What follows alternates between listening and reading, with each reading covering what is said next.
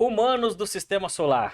Por que eu falo humanos do Sistema Solar? Porque de repente você está em Marte, 2030, e está assistindo essa gravação. Então a gente tem aí essa evolução acontecendo, inteligência artificial no mercado. E onde estarão os humanos?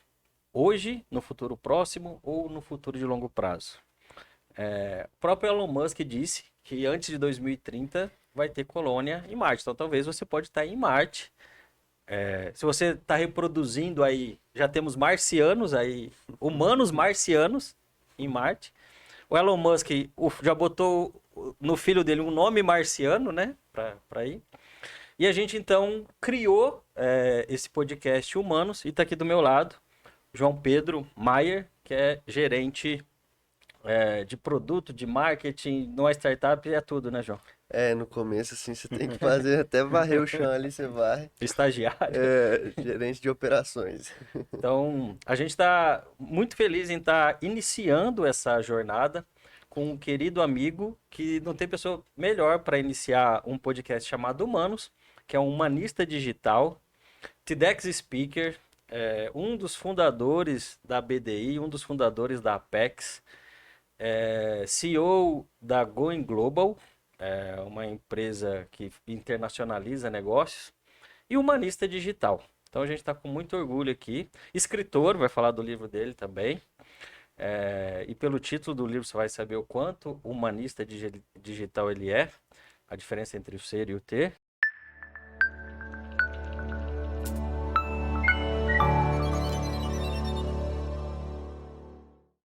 Então, obrigado, Gilberto, por ter aceito o nosso convite. Está inaugurando aqui o nosso podcast Que Humanos. honra, viu? Que responsa. Corte a faixa. E com certeza vai prosperar muito, porque a proposta é fantástica. Me entusiasmou esse momento aqui com vocês. Muito obrigado pelo convite. Legal. Obrigado. Para a gente começar a conversa, um humanista digital parece um paradoxo. Mas, e o que é, então, um humanista digital? Humanista digital é alguém que, assim como um economista, ele estuda relatórios, estatísticas, tendências.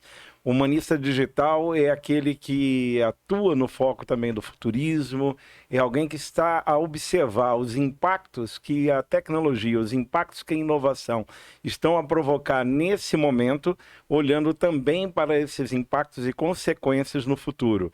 E com a intenção de temperar toda essa tecnologia com calor humano, com a intenção de resgatar o humano dentro desse processo de aceleração disruptiva de desenvolvimento, uma vez que o próprio ser humano ele se deixou ao longo do tempo, né, condicionar, robotizar, muitas vezes pelo conjunto de padrões, de crenças, de valores, de percepções e visões, e hoje em dia o problema não é mais, e esse é o nosso cuidado enquanto humanistas digitais, Alexandre e João, nós estamos preocupados das máquinas aprenderem com os humanos na linha do machine learning. A maior preocupação é daqui a pouco os padrões que as máquinas vão trazer nos levarem a nós se ficarmos copiando o padrão de funcionamento das máquinas. E quando isso inverte, é muito perigoso e muita coisa nos traz no mundo corporativo, no mundo institucional, dentro da fé religiosa, de tudo que envolve esse ente chamado ser humano,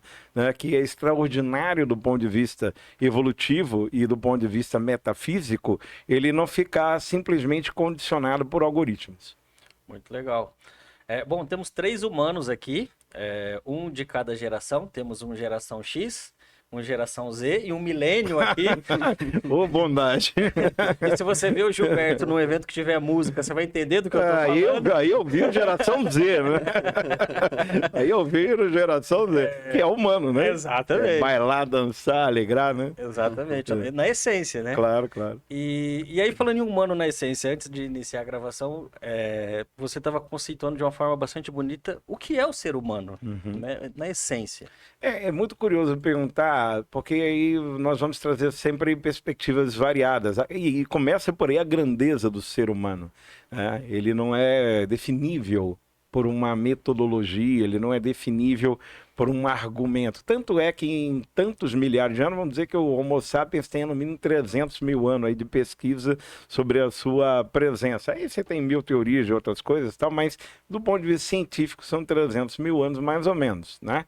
E apenas nos anos 70, imaginem vocês, é que de alguma maneira a ciência aceitou uma definição sobre o que é a vida, do ponto de vista da ciência biológica. E é muito interessante, porque essa definição ela é de Humberto Maturana, junto com Francisco Varela, dois chilenos, cientistas biólogos incríveis, que puderam apresentar ao mundo um conceito chamado autopoiese. E a maneira como eles estruturaram cientificamente o argumento de como a vida é gerada e se autossustenta e se autorreplica foi realmente uma definição dita como a mais bem aceita pelo mundo da ciência. Imagina em tantos milhares de anos, apenas nos anos 70 para cá. E ela trouxe uma complexidade dentro da teoria que é essa simbiose entre o biológico e o não biológico, entre o objetivo e o não e o subjetivo que caracteriza uma vida, né? O conceito de energia, o conceito é magnífico, não é por acaso que o Dalai Lama considerou Humberto Maturana como um cientista sagrado, né? Então, ele próprio não entrava em nada ligado à coisa do divino, da fé e à religião. Ele era, né? Os dois já faleceram, cientista, né? E dentro dessa percepção, você cai no campo da psique, por exemplo, que foi uma definição freudiana, mas o que é a definição de Jung? Já é uma grande mudança, né? Então, esse eu, esse ser integrado, que não é matéria, não é espírito e é tudo isso ao mesmo tempo, né? É uma definição talvez mais integrada do ser, né? A grande questão é que quando a gente observa o comportamento na sociedade moderna desse ser humano, as próprias pessoas não conseguem definir ou entender ou conhecer quem são elas próprias, né? Então, desde do templo, né, grego, em que se trazia a frase, né, conheça a si mesmo, né, conheça-te a ti mesmo, até hoje esse autoconhecimento é muito precário. Nós estamos pilotando sondas a 400 milhões de quilômetros e pousando em asteroide, como é o caso do Ben-Hur, para análise, né, de coleta de amostra de material da época do Big Bang, ou de olho num asteroide, que 80% dele é de platina, diamante, obviamente... Tem mais ouro no asteroide do que no planeta Terra. Do que no planeta, não, muito mais, são 7 vezes toda a fortuna do planeta, né? Aí você começa a ver uma corrida espacial onde a Lua vai virar base, você falou de marcianos, né? A Lua vai virar base para Marte e para o espaço profundo, e esse ser humano, isso que para mim é fascinante, e é legal ver o podcast trazer, né, essa oportunidade de refletir isso.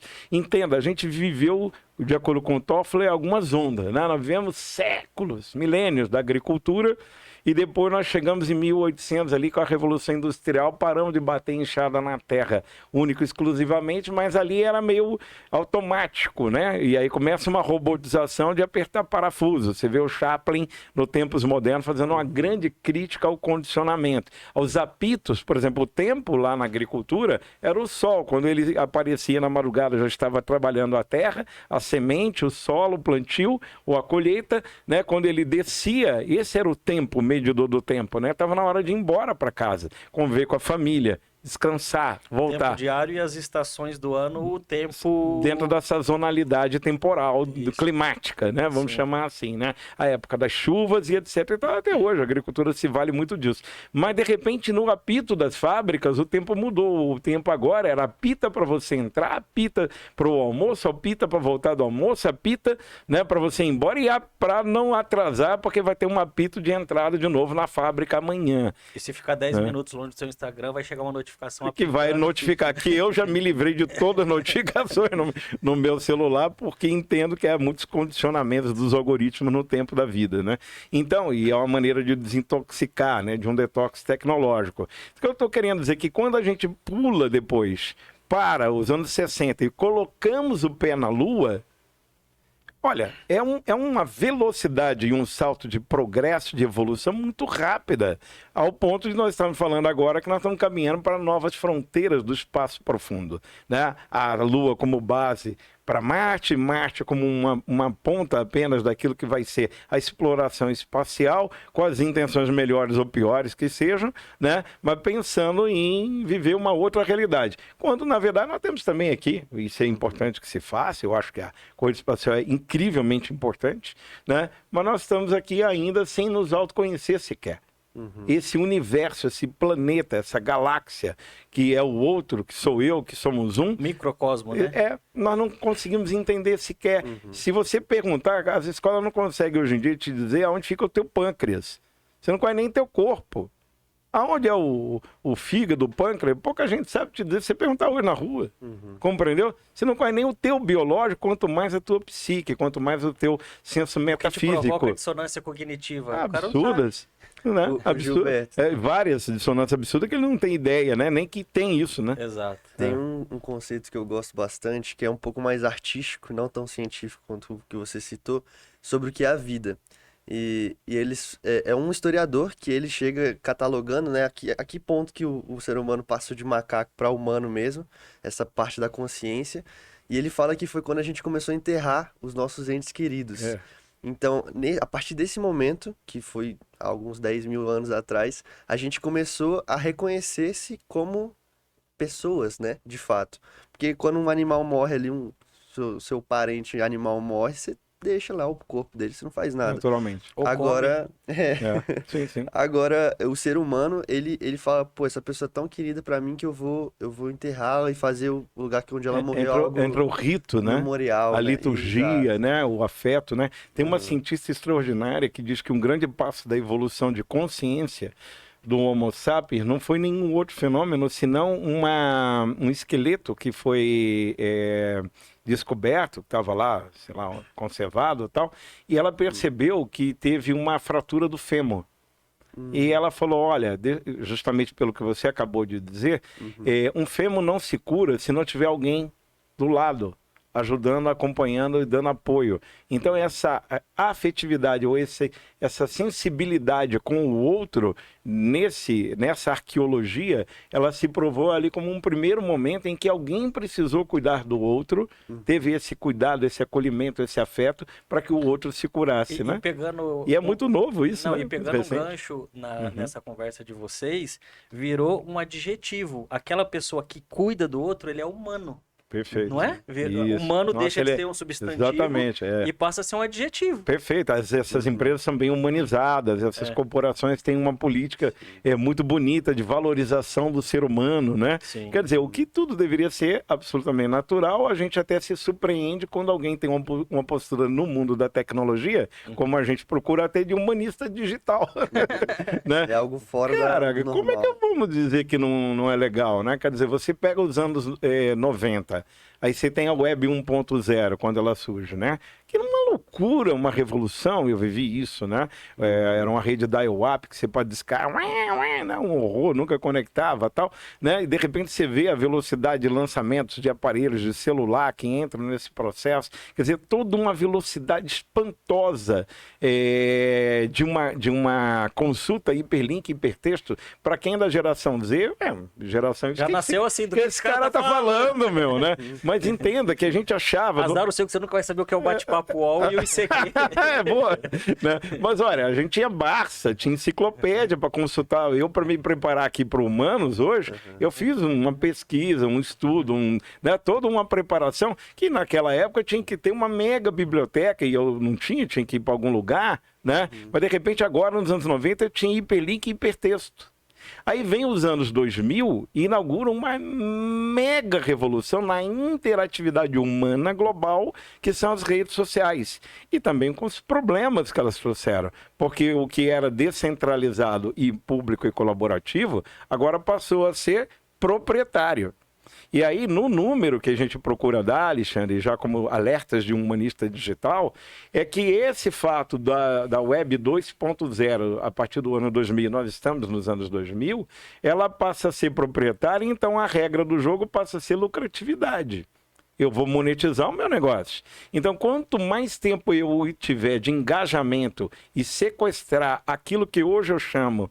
Alguém fala assim, os dados são o novo petróleo, porque é o artigo mais valioso. Já não são mais os dados. é a atenção humana. Sim. E aí eu vou dar números que lá no meu TEDx eu procurei apresentar, né? Quando você pega Filipinas, Colômbia, África do Sul e Brasil, né? Eles têm um tempo de conectividade com telas que é o dobro do tempo mundial. A média humana está em 5 horas e 58 minutos, quase 6 horas, né? E eles não chegam a ser o dobro, mas Colômbia, Filipinas, Venezuela e Brasil atinge 10 horas por dia de tela. Se dormir 8 horas e passar 16 horas acordado, dá mais da metade do tempo. Compreende? Então, e o que é, não é ingênuo, né? Então, você tem uma manipulação algorítmica, sim. Você tem, por isso que eu me arranco notificação de tudo, quer dizer, eu tenho lá as minhas técnicas de utilizar o máximo que eu quiser do algoritmo. Isso é igual cartão de crédito, Alexandre. Você sabendo usar, joga a teu favor, entendeu? Eu ia fazer uma pergunta já pegando esse gancho, que assim, o humano, ele começa a vira Homo sapiens quando ele começa a produzir ferramentas, né? Faz lá a lança, começa a polir a pedra, ferramentas analógicas.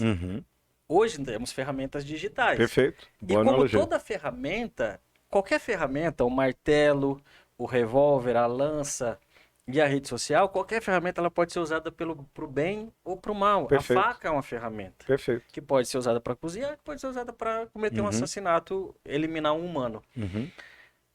O que faz a diferença? O humano que está segurando a ferramenta. É a sua aplicação, O seu uso, humano né? que direciona a ferramenta. Perfeito. E aí você falando, né, que na Web 2.0 eu achei genial essa visão. Eu não estava presente para isso, é legal que o Gilberto vai cair num monte de ficha, né? Espero que você esteja assistindo aí também. Que se você pegar hoje as empresas mais valiosas do mundo, um é o dono do X, dono do Facebook, Instagram, WhatsApp, dono do Google. As empresas e da Microsoft também, que tem as conexões. Então, assim, aquilo que você falou no início dos anos 2000, hoje tangibilizou, monetizou e gerou valor. Com a internet proprietária, o número lhe dou o número, né? Esse tempo de engajamento. E aí, entre os aspectos comunista digital, eu deixei para falar agora, mais valoriza, que é a questão ética, né? Nós precisamos resgatar a ética nessas relações virtuais, interativas. Nós estamos falando de uma geração de polarização. O algoritmo, ele não quer saber, ele não tem juízo de valor e sentimento, né? Então ele cria as bolhas, porque se ele te quer engajado, tudo que você gosta, vê, fala, 250 toques numa tela, o algoritmo, ele hoje é intuitivo, ele te conhece melhor do que você se conhece. Então ele vai te oferecer tudo que você gosta para te manter aprisionado 10 horas, 15 horas. Você não sabe o que causa dissonância cognitiva, o algoritmo sabe. Aí ele sabe e ele vai te induzir a ela, né? Ao ponto de que hoje a publicidade online, apenas em 2022, é um dado bem quentinho, ela foi capaz de gerar 760 bilhões de dólares em lucro para os donos de redes sociais. Então, se tem polarização, você vai quebrar o pau com tua mãe, teu pai, com um amigo de infância, por causa de política, não vai pro Natal da família, isso é um problema teu, eu estou faturando. Dentro de uma visão pragmática, manipuladora, a gente não pode se deixar levar exclusivamente pela onda, tá certo? Porque eu preciso entender aonde está o meu autoconhecimento, a prioridade. Eu pego um futurista como o Yuval Noah Harari, que para mim é o cara mais extraordinário, que debate com o Zuckerberg, debate lá com o Elon Musk, com o Bill Gates, com quem precisar, né? E questiona o que esses caras estão fazendo. É um camarada que ele fala, olha, eu preciso da minha autocentralidade. Eu preciso aprender a respirar e eu preciso meditar. Então ele ficou, por exemplo, 46 dias na Índia. Eu já fiz um retiro parecido com esse, de nobre silêncio, em que você não fala. Quer dizer, eu fiquei 3 dias e meio, eu achei que ia morrer, né? Pra você, então, Os amigos diziam assim, eu falava, olha, no mosteiro lá tibetano, que tem em Cotia, né, o Templo Zulai, muito obrigado, o pessoal do Templo Zulai, gratidão eterna, né? E era um retiro de nobre silêncio e meditação no carnaval. E eu que carnaval gosto de ir para Sapucaí, já levei filho para desfilar, né, na Portelenses, né? Enfim, e aí de repente eu tinha que estar, falei, esse é um desafio. E eu dizia para os amigos, ó, dizem que as monjas que dirigem lá, se você falar, elas te dão um alerta, uma advertência. Se você reincidir, te mandam embora. Tem que pegar o avião e vir embora. E os caras, então, até amanhã, Giba. Falei, porra. Eu achei que eu ia... No segundo dia eu tava preparando as malas, porque você vai entender a gritaria mental, e olha que eu já medito há 35 anos, né? Mas você vai entender a turbulência da mente quando você silencia. O Yuval Harari, então, eu não fico 46 dias. Um amigo acaba de chegar, o Ricardo da Índia, ele fez 60 dias agora na Índia de nobre silêncio e meditação. Onde eu estou querendo chegar com isso? É ficar convertendo alguém para mim? Não é nada disso. É dizer o seguinte, por que um cara que fala de disrupção tecnológica como ninguém, 3 best-sellers falando sobre o ser humano, Sapiens, né? Uma breve história do tempo. Aí ele vai para o Homo Deus, né? Que pira e frita a cabeça de todo mundo, né? Graças a Deus alguém pediu, ele fez lá um no meio do caminho, que é o 21, a lição para o século 21, dando uma ponte, pelo menos ali, né? Do que é aquela magnífica história e resgate da história do Homo Sapiens, o que é esse Homo Deus, né? Todo digitalizado no seu brain upload e tudo mais, e aí ele está no meio do caminho. Então, a gente precisa olhar para esses números, para essas intenções, para essas manipulações e trazer para a humanização do processo um pouco mais de touch, mais do que high-tech e human touch. Nós precisamos mais de calor humano. Nada vai substituir as nossas experiências. Não é à toa que as profissões de futuro, e as mães, os pais me perguntam, pô, Giba, mas o que é que minha filha faz para o vestibular? O que meu filho faz? Fala, bom, primeiro tem que entender se ele se conhece, quais são seus dons, vocações, talento, brilho no olho. Não é o que está dando grana ou se vai ter ou não emprego. E para mim tem que começar por aí. Agora, eu entendo a tua preocupação, né? Então, o que ele vai fazer? Eu lhe digo. Eu tenho um stream de áudio, né? Um Spotify. Cada um de nós aqui, quem está assistindo, deve ter, né? Mas por que eu pago 200 pau às vezes num vinil? Né? Que a galera nova não tem nem ideia de direito. O cara é maluco, né? É algo orgânico, que me dá um prazer danado de ouvir um negócio super antigo, diferenciado e tudo mais. E, pô, 200 pau é um negócio que não valia, né? Nada, era muito barato. E eu digo que nas profissões do futuro, o cuidador, o enfermeiro, o que acompanha o idoso, psicólogos, entretenimento, né? O pessoal que atua no mundo do entretenimento, na arte, que você falou da arte, na música, na poesia, né? Isso vai ter um valor muito alto. Essas profissões vão ser muito remuneradas. Pode ter um giro aí. Minha filha faz medicina, tá no segundo ano de medicina em Cuiabá. E eu mostrei para ela um trecho do Homo Deus, onde o Harari fala que para o futuro é provável que o que você acabou de dizer, que as profissões cuidadoras podem ser mais valorizadas que as do médico. Perfeito. Porque a tecnologia vai conseguir fazer diagnósticos mais precisos, vai conseguir fazer cirurgias mais precisas. E o médico generalista, o clínico geral, esse já está com dias contados, se já não acabou. Exatamente. E algumas especialidades começam... Então eu falei para minha filha, você pode começar a sua carreira como médica. Mas talvez durante a sua vida você vai precisar se reinventar. Como seu pai. Sem dúvida. Eu já me reinventei algumas vezes ao longo da vida. E passa a ser... Você não vai mais mudar de emprego. Você vai mudar de carreira. Perfeito. E a previsão dos novos tempos é que até o fim da vida as pessoas possam chegar até 40 tipos de atividades diferentes em termos profissionais. Até porque a vida vai ficar comprida, né? Você vai alongar e viva a longevidade, né? Aliás, é um outro desafio, né? Que é o fato da gente estar vivendo mais... Humanos mais antigos. Mais antigos e com gaps geracionais, né? A gente tem hoje, pela primeira vez na história da humanidade, 5 gerações convivendo ao mesmo tempo.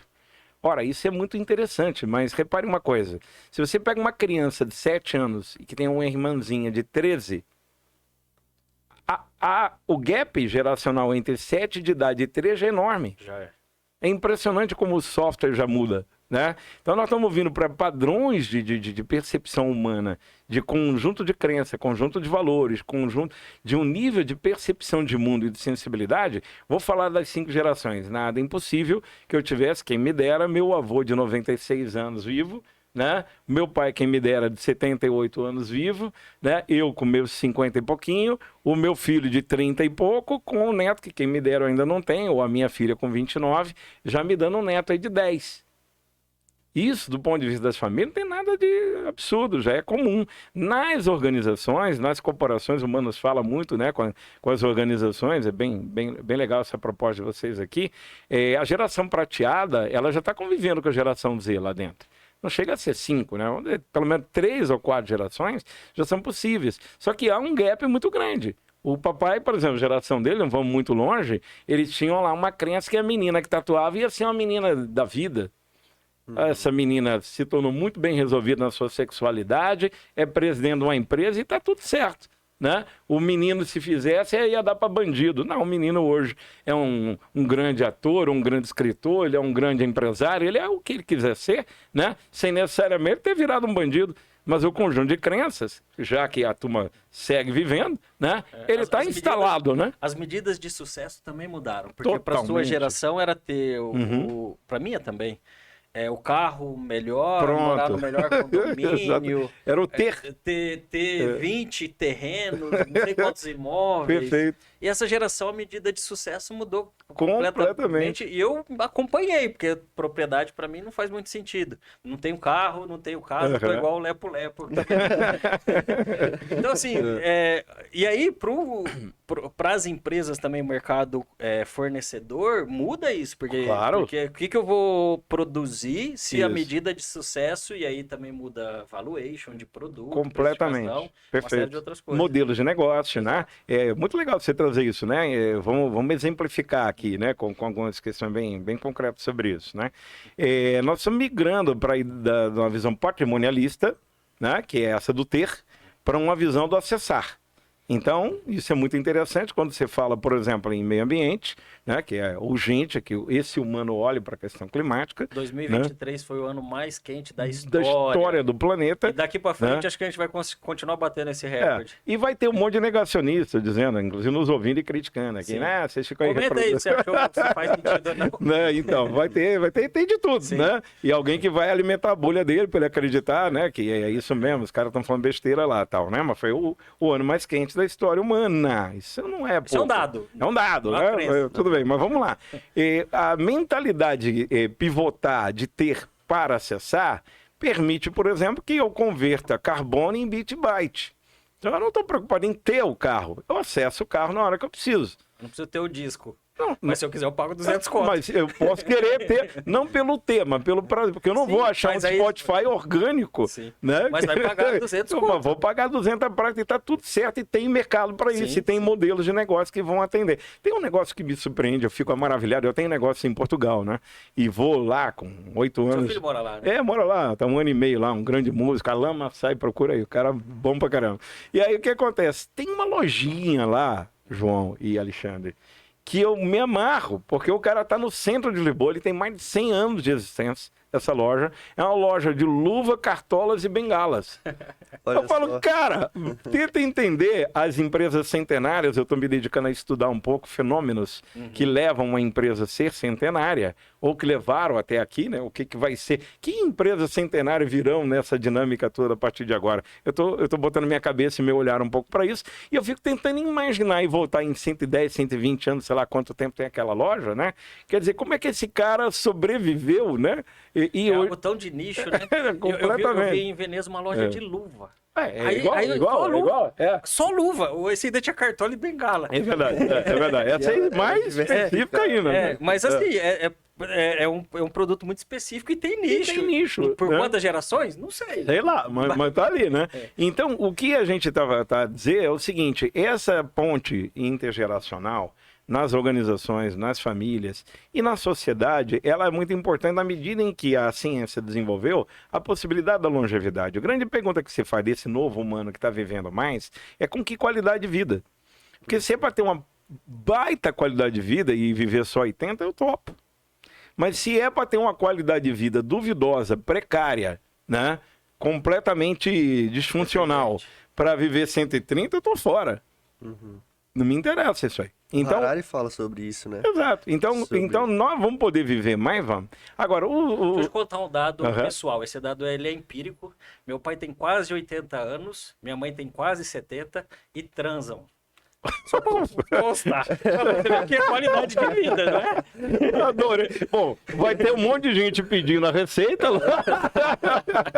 Né? Depois manda pra gente em privado, né? Falar agora, para Vamos ter fazer acesso à receita, tem que comprar, né? Semana passada fizeram 49 anos de casado. Coisa linda. Aí é legal de você falar, porque a própria sexualidade, por exemplo, a palestra mais assistida no SXSW do ano passado, que é um dos maiores eventos há 30 anos no Texas, né? E os grandes pensadores de futuro, inovação, tecnologia, arte, né? Estão lá no SXSW, né?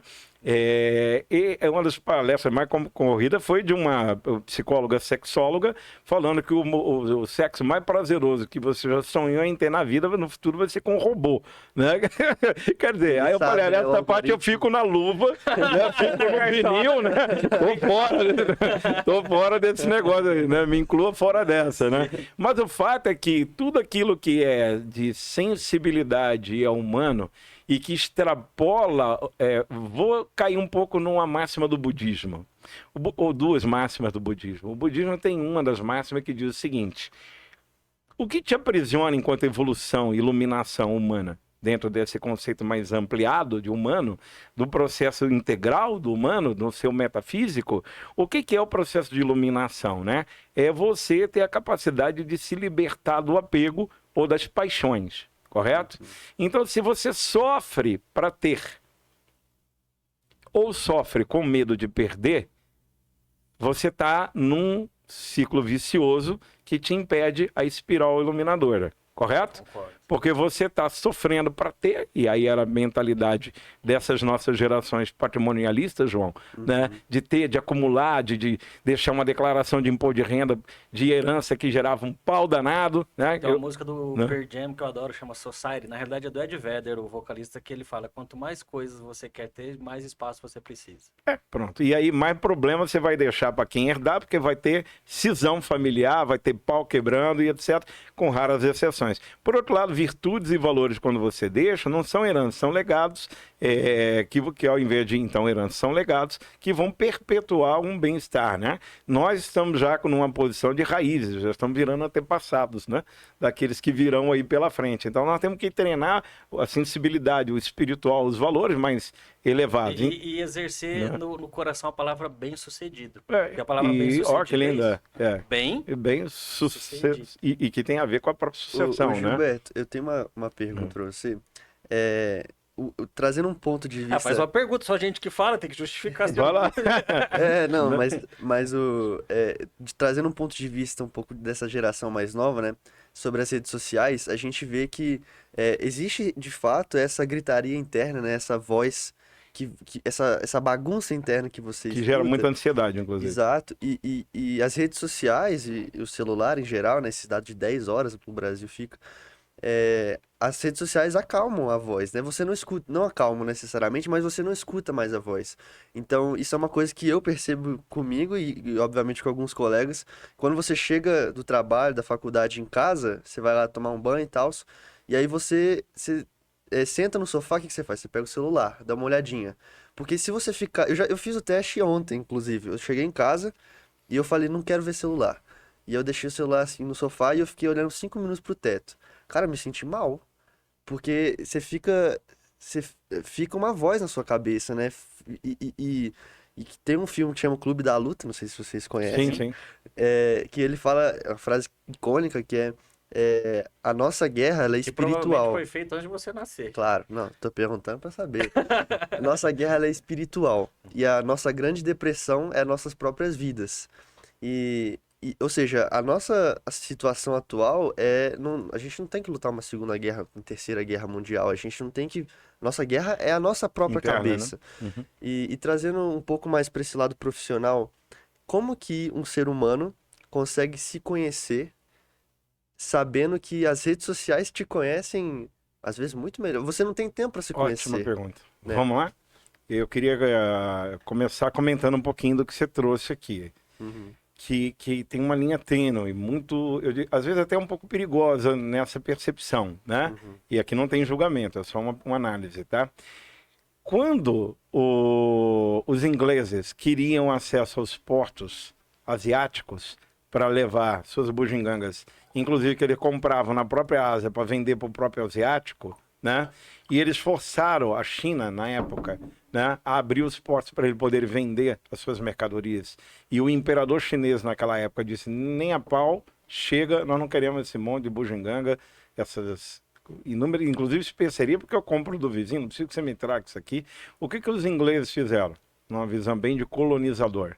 Eu acho que o colonialismo, hoje ele é digital, as caravelas hoje são digitais. E os territórios a serem conquistados são as mentes de todos nós. Porque se o ativo mais caro do mundo hoje é a atenção humana, que gera 750 bilhões só em publicidade, a sensação de que você fica muito mais calmo e tranquilo quando você está conectado alcançou-se o objetivo.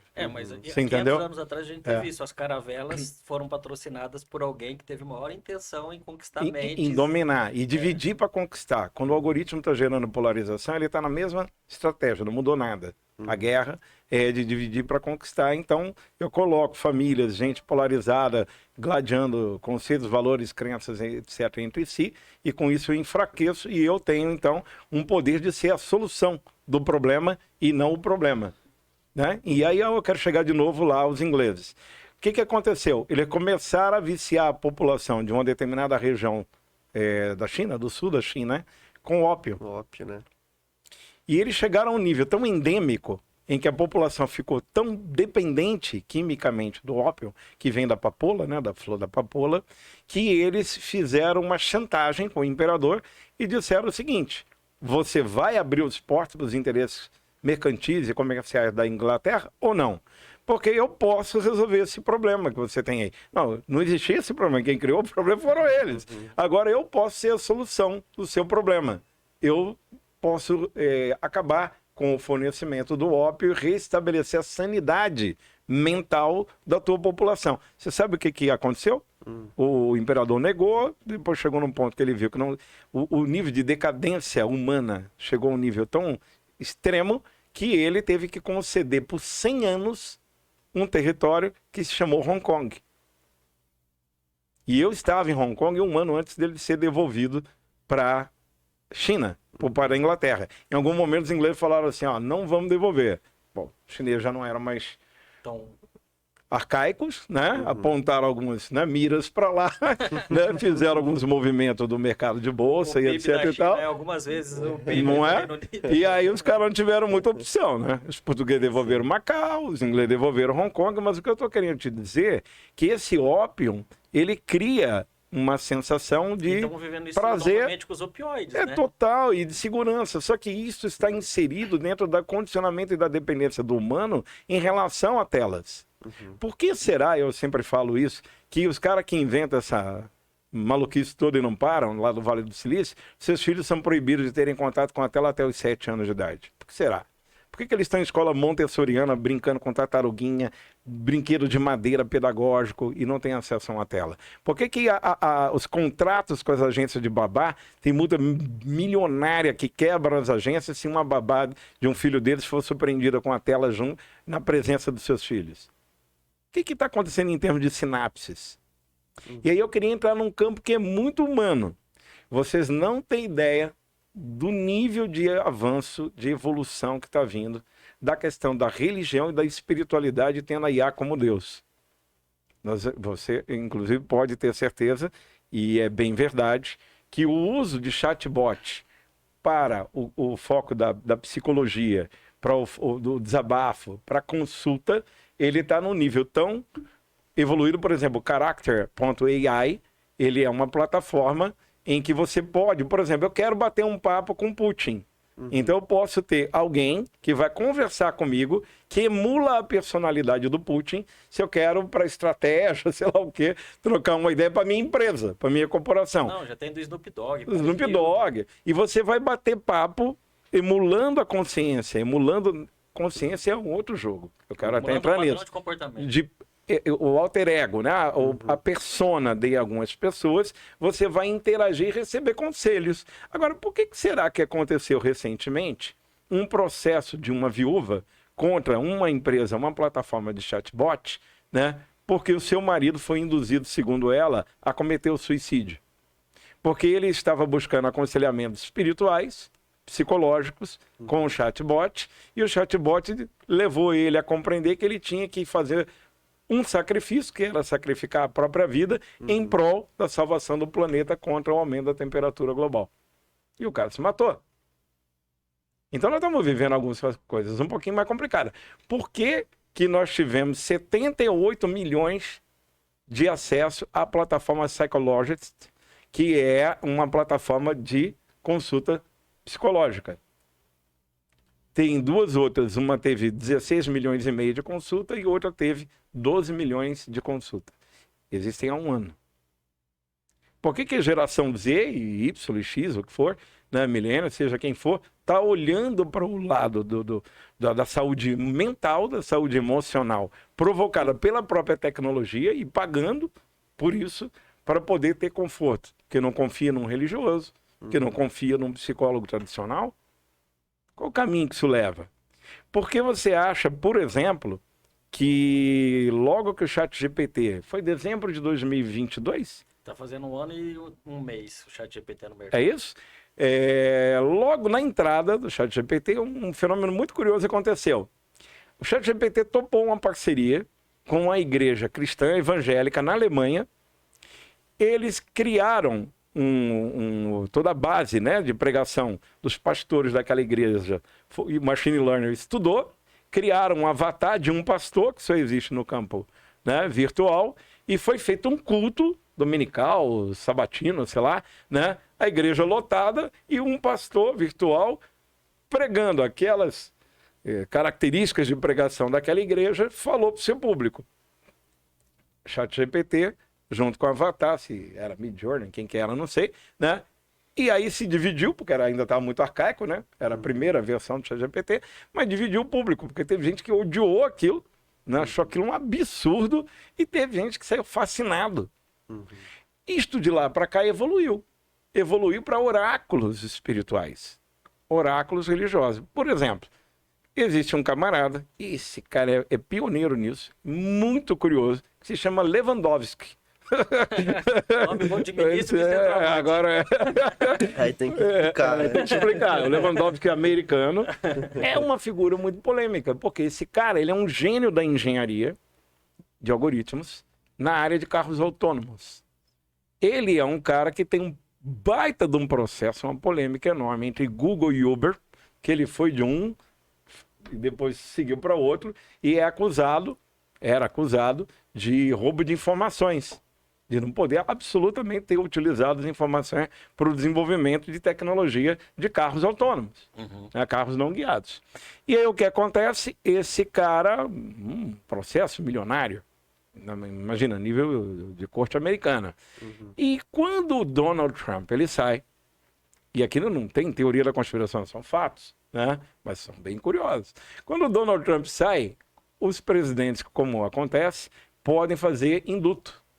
Então o Donald Trump fez uma lista de de indultos, perdão, né, a quem ele perdoaria, né? O cara do Cambridge Analytica, ele perdoou. Pronto. E o outro perdoado foi o Lewandowski. Curiosamente, o Lewandowski recebe alguns bilhões de dólares nos últimos anos, por isso que eu digo que ele é pioneiro, porque ele criou uma religião onde a IA é Deus, chamada New Way. Ele colocou essa IA para estudar todas as bases da psicologia, antiga, moderna, do Freud, ou Jung, ou outras mitologias, todas, romana, japonesa, grega, bababá, todas, estudar todas as religiões, e esse machine learning continua, não para, né? Aonde então o sujeito vai chegar com a onisciência, a onipotência, a onipresença, né? A qualquer momento na palma da minha mão, né? E eu tô abalado emocionalmente, ou com uma crise da mulher com o marido por causa de uma traição, e ela vai se aconselhar com alguém que a conhece melhor do que ela mesma. Geralmente a religião Né? faz isso, entrega o que a pessoa precisa. Entrega o que a pessoa precisa, só que num nível de base de conhecimento sobre a pessoa que no autoconhecimento ela não tem.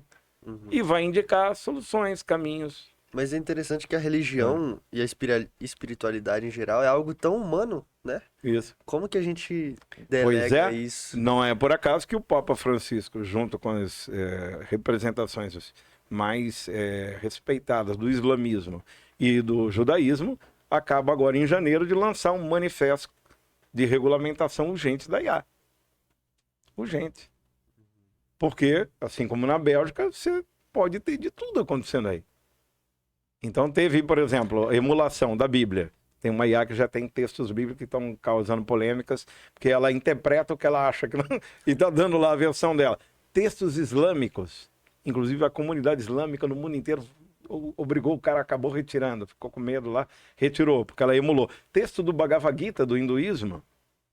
E agora, religiões que estão surgindo, criando liturgias, textos sagrados próprios, para gerar adeptos a uma concepção de oráculo virtual. E nós estamos falando de humanos, né? É o teu questionamento. É o que eu falei lá atrás da ferramenta. É uma ferramenta que pode ser usada por N possibilidades, né? Eu lembro quando começou o CQC, lembra o programa do CQC? Muito bom. O Danilo Gentili fazendo aquele repórter inexperiente, que ainda o pessoal não conhecia ele, entrevistando o Padre Marcelo. E o Padre Marcelo ia começar a transmitir missa pela internet. E era algo disruptivo, né? Na pandemia teve mas isso... confissão virtual, né?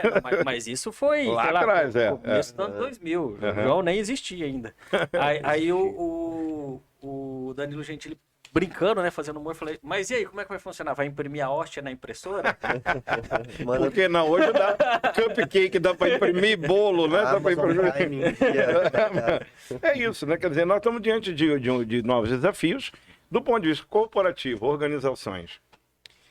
Eu me entusiasmo. Tem uma imersão na minha consultoria chamada Namastec, né? Brincando aí com o nome, é o Namastê na tecnologia, né? Eu vou formar um grupo ainda esse ano, que eu estou chamando de as 4 dimensões do sucesso na era digital. Ela, inclusive, tem uma relação com um livro novo que eu vou lançar. Eu já tenho um livro, vou lançar um livro novo. Esse novo livro vai se chamar Namastec, o poder da consciência na era digital. Lembra que ainda há pouco eu falei, olha, uma coisa é o brain, outra coisa que a turma está aí emulando mentes, personagens, personalidades, a outra é o estado de consciência. Por exemplo, os transhumanistas. Né? Vamos falar dos transhumanistas. Né? Isso nessa imersão eu falo muito e no livro eu falo muito. Por isso que eu tô... O que é um transhumanista? Vamos lá. E você citou uma aqui. Eu sou um crítico absoluto dos transhumanistas. Transhumanistas são aqueles que entendem, têm as seguintes máximas pragmáticas. Envelhecimento é uma doença. Ponto. Doença é um atraso. Morte é um absurdo. Na visão de Homo sapiens para Homo Deus, né? Você tem então essa figura, no lugar de Homo Deus, eu gosto de chamar de Homo digitalis, né? Então o que você tem? Você tem com a Singularity University, que é o maior think tank, o maior fórum de disrupção que você já teve lá. E o Peter Diamandis é um entusiasta. Ele é um transhumanista. Ele é um entusiasta da vida eterna. O Elon Musk é um transhumanista. Bill Gates é um transhumanista. As pessoas que acreditam. Eu costumo dizer que são pessoas frágeis. São pessoas fracas. Do ponto de vista do nosso conceito biológico, social, humano, eu acho que são muito fracos. Porque eles têm medo da doença, eles têm medo da morte, eles têm medo da fragilidade humana.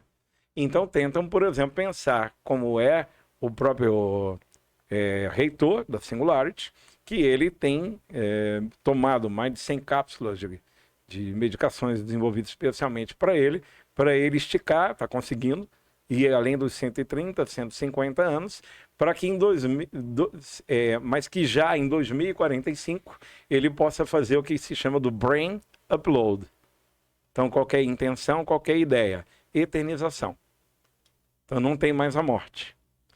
Eu consigo então migrar o meu estado mental, memórias, sentimentos, etc., para uma computação quântica e eu vou viver no estado holográfico, correto? Se vão me colocar numa geladeira, num suporte de celular, num pedaço de madeira, tanto faz, que interessa, né? É o estado que eles chamam de consciência, que não é consciência, na minha visão. Porque não é. Vamos entrando já nesse ponto ao falar de humanos.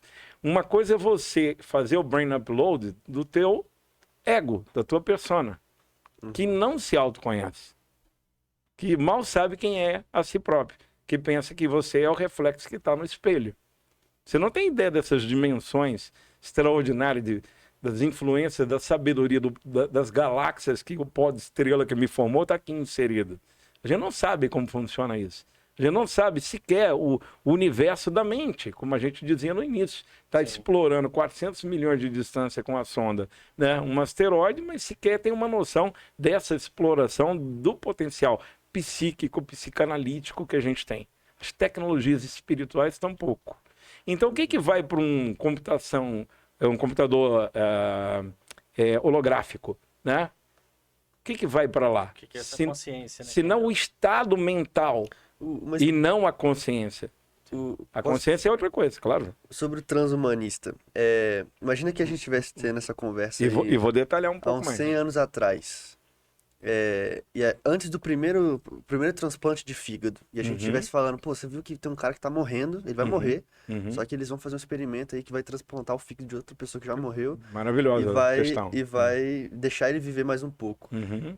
Hoje em dia é aceito isso, é normal, Claro, você tá morrendo. claro. Qual Mas que é na a época diferença? poderia ser um absurdo e tal, né? Exato, qual que é a Aham. diferença Coração, né? O disso? transplante do corpo. Eu vou lhe Exato, dizer. qual a diferença disso eu te pra digo. alguém que... A pergunta é maravilhosa, é brilhante.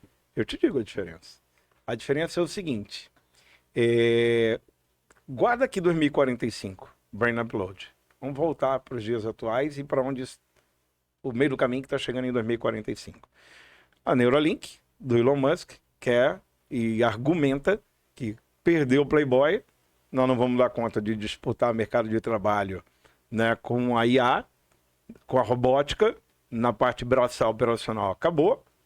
A China tem 900 fábricas de robôs industriais no mundo, né? A manufatura aditiva da indústria 4.0 é liderada planetariamente já pelos chineses. E isso teve manifestações em Berlim, né? Porque os caras têm grandiosamente o PIB deles é industrial, baseado em produção industrial. Sim. Você vai ter uma robótica substituindo por onde? Então vai para o lado estratégico de gestão, estratégia. Não, tem IA. E vai para onde? Aí você vai ver uma discussão no Fórum Econômico de Davos, né? Falando da renda mínima universal, renda básica. Então, a coisa é um pouco mais complicada no cenário de hoje. Mas qual é a grande diferença aí? Que é muito boa a tua questão. A grande diferença é o seguinte, se eu tô lá no Brain Upload e até chegar lá, eu topei, o Elon Musk me convenceu de que eu tenho que botar um chip para poder acompanhar e não perder. Tudo está em cima da visão de competitividade, sobrevivência e escassez. Eu tenho que competir para não perder. A IA vai me... E o conceito do Harari de super-humanos, que aí vai dar... Isso. O upgrade que um implante de uma Neuralink vai enfiar na tua cabeça, né? Para você dar conta. E ele já testou isso no chimpanzé, que é a diferença de neurônios nossos. Um chimpanzé é a mínima. Botou o chimpanzé controlando mentalmente um telejogo numa tela, né? Isso já foi feito. Ele está trazendo agora os humanoides da Tesla. A parte operacional. Pô, isso tudo é muito massa, cara. Vai evitar o ser humano ter que fazer coisas. A grande ilusão que contaram pra gente lá atrás, o Alexandre vai lembrar, é que, cara, quanto mais a tecnologia avançar, mais tempo eu vou ter pra arte. Mais tempo eu vou ter... Tem? Não O necessariamente. que essa humanidade atual tá vendo? O tempo não tá cabendo dentro da agenda. A tecnologia virou uma coleira eletrônica. Então, pior do que isso, você tem novas coisas surgindo aí. Foi lançado agora o leitor de pensamento, né? Um barramento do indiano muito interessante, que ele consegue. E sempre a desculpa é, puta, o cara que não consegue falar. E é nobre, e eu agradeço a criatividade humana por isso, né? Porque gente que não perdeu o poder de fala vai poder pensar e alguma coisa vai traduzir com o chat GPT em texto ou em voz já e vai poder falar. Pô, isso é magnífico, entendeu? Mas qual o padrão ético que eu tenho que inserir nesse processo para alguém não estar monitorando o meu sonho que já tem? Bicho, acabaram de criar uma IA. Lembra Minority Report? Você chegou a ver, não? Do Tom Cruise? Pô, galera nova, Prendi os assista caras Minority... prendi os caras antes de cometer o crime. Eles estão prevendo fatos e prevendo o dia da tua morte. Caramba. E está gerando milhões de dólares esse negócio. Para muitos, talvez nesse racional mais... Pô, que legal. É muito complexo isso. Vamos cair na tua pergunta então. Chegamos no Brain Upload. Quem garante que aquela memória, que aquele sentimento, que aquele eu instalado lá holograficamente é de fato seu? O fígado não altera. Agora, o controle, o autocontrole, a tua autonomia, que é um estágio básico da personalidade e da consciência, qual que nos diferencia dos animais, João? O peixe, ele não tem noção que ele está na água. Talvez por isso que até hoje não teve transplante de cérebro. Claro. Porque... Talvez você perca a sua humanidade, Não, né? porque não é humano. Você não é humano. Não, esse papo tá uma delícia. A gente tá estourando É o tempo. Mas eu preciso falar duas coisas. Vai lá.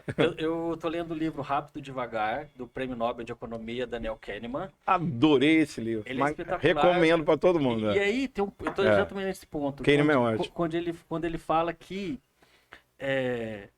cientificamente ainda não está comprovado que cérebro e mente são coisas diferentes.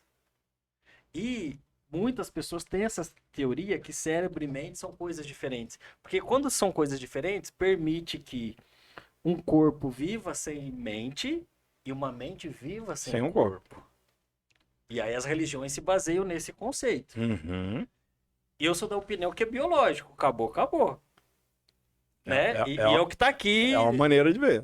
Aí, fazer o brain upload, tudo bem. Se dentro desse... Não, mas ele só roda aqui. Ele só roda aqui. Ah, bom, entendi. Dentro dessa configuração aqui. Entendi. Ele é o Apple. Ou seja, ainda que não existisse o diferencial de cérebro e mente ou consciência, como eu gosto de chamar, você acredita que um brain upload não estaria representando sequer esse eu biológico. Não, porque assim, segundo o Harari, pegando os dois agora, a consciência é um algoritmo. Sim. Que roda aqui. Como que eu tiro daqui e ponho em outro lugar? Rapaz, nós precisaríamos de uns 3 dias de podcast aqui. E só para terminar, assim, esse papo foi delicioso, tá sendo delicioso. E você tá falando, né, da desigualdade que a tecnologia vai levar, que lá atrás as empresas que entenderam a web proprietária hoje são as empresas mais valiosas do mundo. E estreou essa semana um programa que é o de maior faturamento da indústria de entretenimento da televisão brasileira, que é o Big Brother. Que coloca 20 e tantos humanos dentro de um ambiente confinado para que outros humanos fiquem vendo aqueles humanos extrair o pior dos humanos. Que o jogo da discórdia. Eu não assisto, mas eu acho que é para tirar o pior do que tá ali, provocar o pior entre as pessoas, né? E isso acho que também valia a gente fechar com essa reflexão, né? Existe o efeito de catarse, né? Então, quando você vê um filme de terror, quando você vê um cenário como esse, que eu também não assisto, e não tem nenhum julgamento, enfim, mas quando você vai a um teatro, você, né? No passado, psicólogos recomendavam teatro como cura, né? Porque a pessoa vai viver alguns dramas que estão na psique, no subconsciente, né? Que através daqueles acontecimentos ela faz uma identificação, cria uma purificação daquela energia, daquele sentimento, daqueles valores e crenças que atormentam ela de alguma maneira, né? Esse efeito de catarse, ela existe, né? A grande questão é que enquanto a gente estiver dependendo de algo externo para compreender o interno, e aí eu penso um pouquinho diferente, eu acho que o nível dimensional que a gente estaria falando, eu vou começar a exemplificar o que quero dizer sobre consciência, ser diferente de mental, né? De cérebro. Se eu pegar aqui uma máxima da física, que alguém dizer que isso não está provado, é muito relativo, daria 3 dias de podcast aqui, né? Para a gente contestar, mas vou dizer só por um caminho. Nesse exato microsegundo aqui, se é que o tempo existe, né? Nós estamos diante de 2 bilhões de bits por segundo de informação aqui agora. Isso é físico. Isso é física. Uhum. Correto? Sim. Só que você, eu, nós, o nosso cérebro, essa existência mental cerebral, se fosse processar 2 bilhões de bits por segundo, queimaria na entrada. Sim. Porque o volume de energia... Então ele não é capaz de processar nem de longe 10% dessas informações que existem aqui. Ora, então quando alguém fala a realidade, do que nós estamos falando? O que tá... Você tem um documentário incrível chamado What the Bleep Do We Know? Né? O bleep é aquele pi, que no Big Brother deve ter muito, né? Que é aquela parte da fala que é ocultada. O que quer dizer What the Bleep Do We Know? Quer dizer, o que é essa coisa que existe, mas que está oculta, que somos nós? E aí o nome do documentário no Brasil foi Quem Somos Nós? A versão aí no YouTube gratuita, maravilhosa, né, que eu recomendo todo mundo ver. Ele vai explicar esse processo. Então o existir, a realidade, o eu, ele é tão transcendente naturalmente tão transcendente que mesmo sob a ótica física de mensuração, né? E a gente vai estudar a dupla fenda, vai entender a capacidade que o observador tem de alterar a realidade, né? Isso não é um processo biológico cerebral, isso é uma conexão muito maior, né? Então nós somos humanos em estágios de despertar de uma autoconsciência que hoje nós estamos muito distraídos. Sim. E aí o sentimento de que eu estou mais seguro com uma tela ligada é uma forma aguda de distração. É o ópio, né? É o ópio. Se eu não consigo estar em silêncio, me observar. Por que o Yuval Harari medita 2 horas por dia? E ele fala, quando eu aprendi a prestar atenção só na respiração, em mais nada, quer dizer, eu me mantenho autocentrado, que quando eu tenho as estimulações externas dessa realidade, que tentam me projetar como real, como padrão para mim, eu estou com um ponto de vista, e o humanista digital e o espiritualista, como eu procuro ser ali pregando no Namastê, que ele procura enxergar o mundo de dentro para fora. E não essa estimulação toda ilusória de fora para dentro. Fechando só com o budismo, que eu disse que eram 2 máximas, né? A outra a primeira foi, só lembrando, se você sofre para ter ou sofre com medo de perder, você está em ilusão. Você prejudica a tua espiral Que isso está no livro de consciência, Ser e né? Ter Seu, que se a pessoa quiser acessar o livro... A Amazon. ou vai aqui em Brasília, na Livraria da Travessa, me deu prazer, quem for de Brasília eu autografo depois, né? A gente deixa o link Isso. aqui embaixo. Legal, bacana. Mas o budismo também traz, então, a questão da impermanência. Eu acho que a coisa mais linda do mundo é a impermanência. Então, quando você vê monges tibetanos fazendo aquela mandala, que levam 6, 8, 9 meses, a coisa mais linda do mundo, tipo aquela areiazinha da garrafinha do Nordeste, né, que é quando a gente vai, eles criam uma mandala com aquelas soprando aquelas areias coloridinhas. E o grande ponto alto não é pegar, meter uma cola e botar na moldura na parede. O grande ponto alto de todo aquele trabalho absurdo que os monges tiveram é o momento de destruir a mandala. Perdão. Quase que destruiu a mandala. Pô. Né? É a desconstituição e o desapego. Então, lifelong learning é uma buzzword do mundo corporativo. O que é, senão, impermanência? Sim, constante. Então, se nós nos identificarmos com a beleza da impermanência, da provisoriedade, né, com a beleza desse aprender constante e eterno, a começar desse aprender sobre nós mesmos, a começar sobre esse autoconhecimento e dessa centralidade que percebe de dentro para fora, não estaremos nem um pouco preocupados, porque o campo intuitivo vai te orientar. A tua sincronicidade, a tua sintonia vão te levar a um nível de prosperidade, a um nível de evolução, de contribuição e de satisfação e de plenitude natural. Show de bola. Uma aula que a gente teve aqui, né, João? Muito Uma bom. aula. E o podcast Humanos é uma iniciativa da ProfPlay, que é uma startup que desenvolve humanos através de treinamento, recrutamento e seleção. Se você quiser saber mais, o link também aqui tá aqui embaixo. Gilberto, obrigado de coração.